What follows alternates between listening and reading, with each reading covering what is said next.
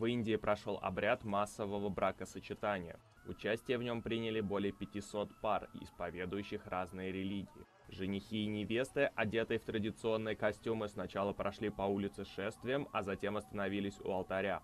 Новоиспеченным женам и мужьям вручили небольшие подарки, например, кухонные принадлежности и матрасы для счастливого начала супружеской жизни.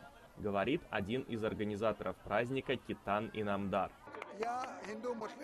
Здесь связали свою жизнь брачным узлом индуисты, христиане, мусульмане, представители всех религий. Я верю, что мы благословлены, такое происходит в нашем районе. Индия отличается большим религиозным разнообразием. Население страны составляет более 1,3 миллиарда человек, при этом лишь менее 1% жителей не причисляют себя ни к одному из верований. Конституция объявляет государство светским.